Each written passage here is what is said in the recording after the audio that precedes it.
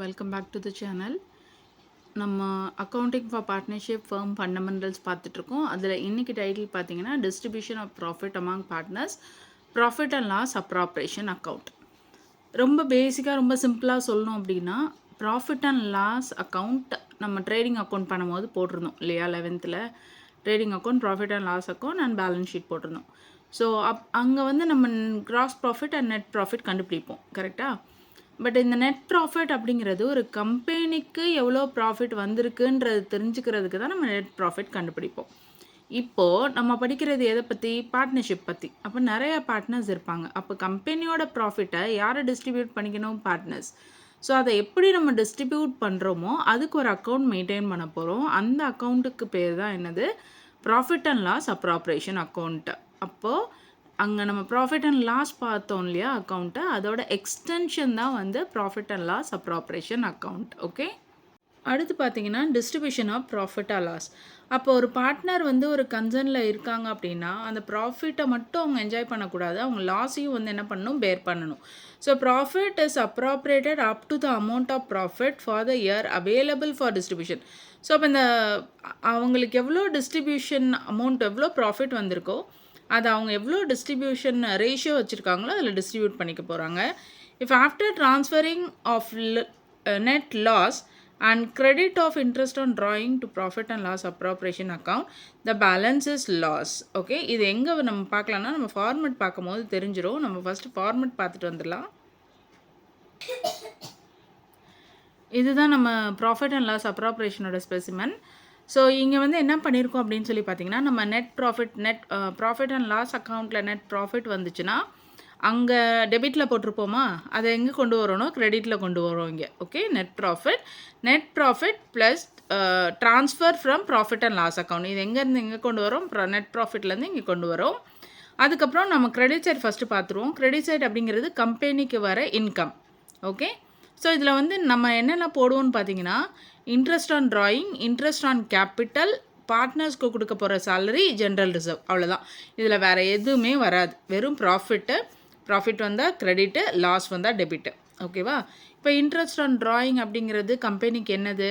Profit. ஏன்னா partners வந்து கம்பெனிக்கு கொடுப்பாங்க, ரைட்டா? ஸோ அப்போ அது கம்பெனிக்கு ப்ராஃபிட், அதனால் இதை கிரெடிட் பண்ணியிருக்கேன். ஓகே, இங்கே பார்த்தீங்கன்னா ப்ராஃபிட் அண்ட் லாஸ் வந்து லாஸ் வந்திருக்கு, அதனால் இங்கே டெபிட் பண்ணியிருக்கோம்.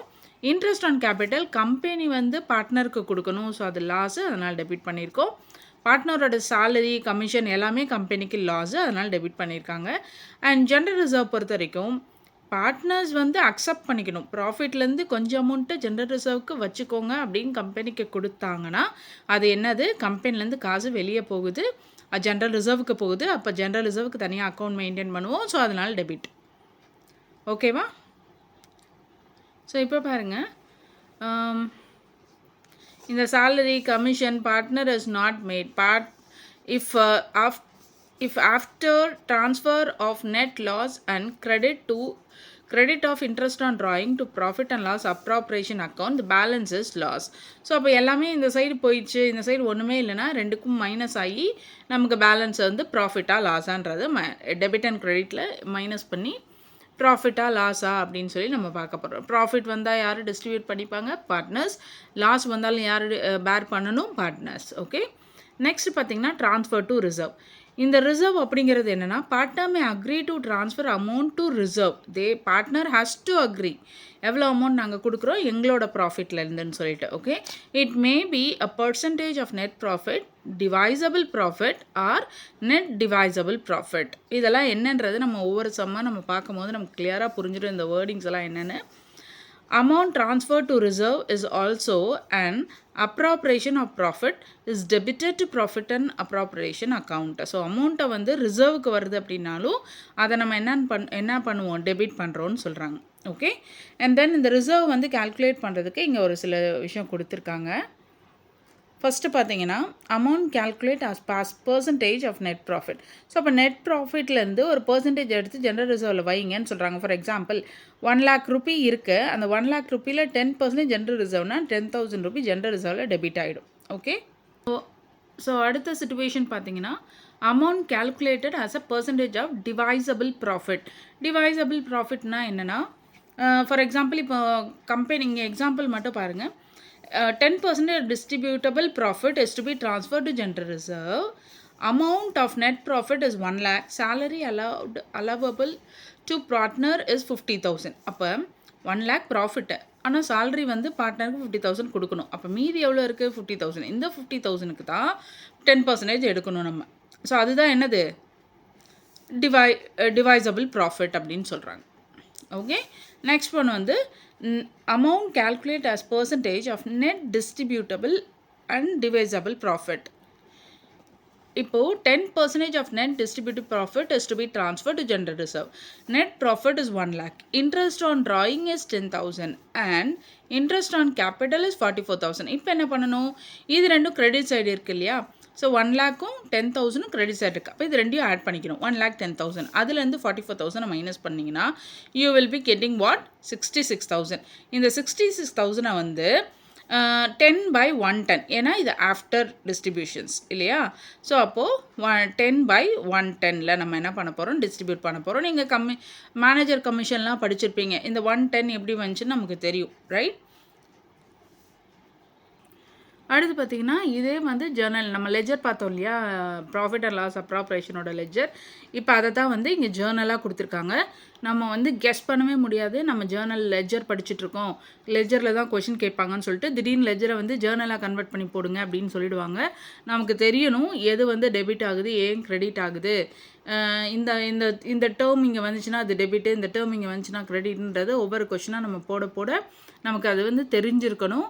ஸோ மேக்ஸிமம் எவ்வளோ சம் போட முடியுமோ அவ்வளோ சம் போட்டு ப்ராக்டிஸ் பண்ணுங்கள். அப்போ தான் உங்களுக்கு எல்லா டேர்ம்ஸும் உங்களுக்கு புரியும். ஓகே, ஸோ இதில் ஃபர்ஸ்ட் பார்த்தீங்கன்னா transfer of profit from profit and loss account to profit and loss appropriation account. இப்போ நம்ம ப்ராஃபிட்டை வந்து ட்ரான்ஸ்ஃபர் பண்ணுறோம் நெட் ப்ராஃபிட்லேருந்து. அப்போ அதோட என்ட்ரி என்ன? கிரெடிட் சைட் போட்டிருந்தோம், ரைட்டா? So by profit and loss account to profit and loss appropriation account, ரைட்டா? இப்போ பை டூ நமக்கு தெரியும் இல்லையா? பைன்றது என்னது? டாப்பில் இருக்கிறது தான் பையில் போடுவோம். டூவில் இருக்கிறது டாப் நம்ம ப்ராஃபிட் அண்ட் லாஸ் அப்ராப்ரேஷன் போட்டோம் இல்லையா? இங்கே பாருங்கள். ஸோ இங்கே இருக்கிறது profit and loss account to profit and loss appropriation account to interest on drawing to profit and loss account. So அப்போ இதெல்லாமே எங்கே வரும்? மேலே டெபிட்டில் வரும், இது எல்லாமே கிரெடிட்டில் வரும், ரைட்டா? ஸோ அடுத்து பாருங்கள் ட்ரான்ஸ்ஃபர் ஆஃப் லாஸு, இதுக்கு அப்படியே alternate profit and loss appropriation to profit and loss account. அடுத்து சேலரி கொடுக்குறோம். சேலரி கொடுக்கும் போது எப்பயுமே adjustment entry and transfer entry போடணும். அட்ஜஸ்ட்மெண்ட் என்ட்ரிங்கிறது பார்ட்னருக்கு சேலரி கொடுக்குறோம், அவங்களோட கேபிட்டலில் we are going to debit இல்லையா? பார்ட்னருக்கு வந்து காசை டெபிட் பண்ண போகிறீங்க. இங்கேருந்து பார்ட்னர்ஸ் வர கரண்ட் அக்கௌண்ட், இண்டிவிஜுவல் கரண்ட் அக்கௌண்ட்லேருந்து இங்கே கொடுக்குறோம். அண்ட் தென் பார்த்தீங்கன்னா நீங்கள் க்ளோஸ் பண்ணணும். பார்ட்னருக்கு காசு கொடுக்க போகிறீங்க, கொடுத்தாச்சு. எந்த பார்ட்னருக்குன்றதை நம்ம இங்கே மென்ஷன் பண்ணியிருப்போம். சேலரி கொடுக்குறோம் எந்த பார்ட்னருக்கு. ஓகே, அதே பார்த்தீங்கன்னா இப்போ சேலரி வந்து காசு வெளியே போயிருக்கு கம்பெனிலேருந்து, அப்போ கம்பெனிக்கு லாஸு.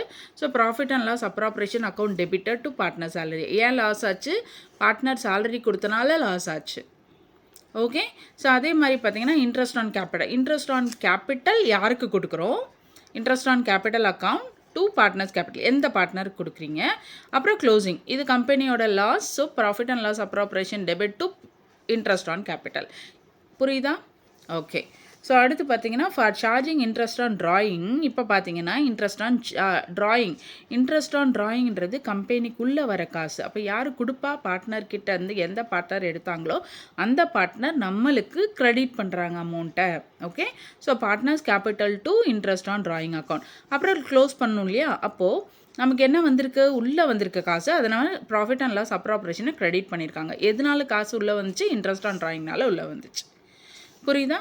அடுத்து பார்த்தீங்கன்னா to transfer to reserve. So reserve profit and loss appropriation to general reserve. அதில் என்ன சொல்லியிருக்காங்களோ அதுக்கேற்ற மாதிரி நீங்கள் போடணும். எவ்வளோ பர்சன்டேஜோ நம்ம கால்குலேட் பண்ணோம் இல்லையா? Divisible and distributable profit or percentage, அதுபடி நீங்கள் என்ன பண்ணணும்? டிஸ்ட்ரிபியூட் பண்ணி கொடுக்கணும். ஓகே, அண்ட் தென் ரெண்டு சைடும் கால்குலேட் பண்ணும்போது டெபிட் வந்துச்சு அப்படின்னா அது ஒன்று உங்களுக்கு என்னது ப்ராஃபிட். கிரெடிட் வந்துச்சுன்னா அது என்னது உங்களுக்கு loss. For transferring of credit balance of profit and loss appropriation account by divisible distributable profit entry வந்து profit and loss appropriation to partners, எல்லா பார்ட்னருக்கும் டிவைட் பண்ணணும். என்ன ரேஷியோ கொடுத்துருக்காங்களோ அந்த ரேஷியோ. சப்போஸ் ரேஷியோ இல்லைன்னா 1 ஈக்குவல் ரேஷியோவில் நீங்கள் டிஸ்ட்ரிபியூட் பண்ணி கொடுக்கணும். ஓகே. அதே மாதிரி டெபிட் பேலன்ஸ் வந்துச்சுன்னா, லாஸ் வந்துச்சுன்னா பார்ட்னர்ஸ் வந்து என்ன பண்ணுவாங்கன்னா கம்பெனிக்கு காசு கொடுத்து அந்த லாஸை ரெக்டிஃபை பண்ணுவாங்க. ஓகேவா? எனக்கு ஜேர்னல் என்ட்ரியும் லெட்ஜரும் இந்த ப்ராஃபிட் அண்ட் லாஸ் அப்ராப்ரேஷனில் ரொம்ப ரொம்ப இம்பார்ட்டன்ட். அது ரெண்டோட இதை மட்டும் நல்லா படித்து வச்சுக்கோங்க. மீதியை நெக்ஸ்ட் வீடியோஸில் பார்க்கலாம். தேங்க்யூ.